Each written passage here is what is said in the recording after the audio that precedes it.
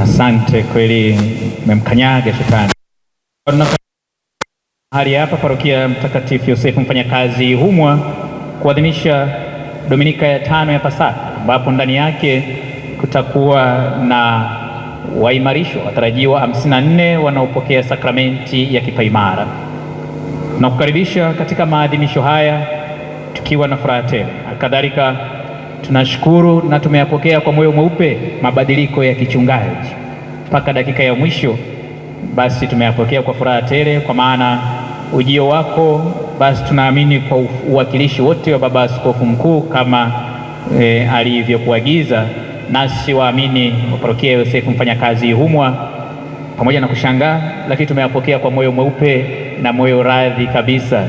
Basi nakuomba tuadhimishie mafumbo haya, na pengine basi naomba nitangaze, sio kwa muhimu sana, naomba nirudie kwa waamini wote, tafadhali sana, nimewaomba watu tanisaidia kuwanyang'anya simu wale ambao mnapenda kuupdate status wakati wa misa.